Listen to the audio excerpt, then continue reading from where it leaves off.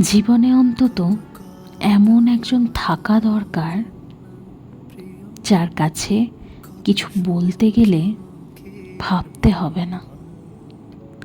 সমালোচনার যুগে যার কাছে সমালোচিত হতে হবে না।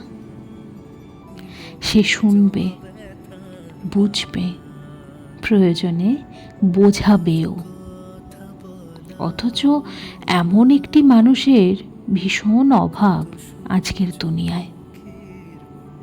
তাই হয়তো কিছু মানুষ স্বেচ্ছায় একা হয়ে যায়, কি অদ্ভুত কারণে নিজেকে সব কিছু থেকে গুটিয়ে নেয়, সব কিছু ছেড়ে ছুড়ে এক নিঃসঙ্গ জীবন।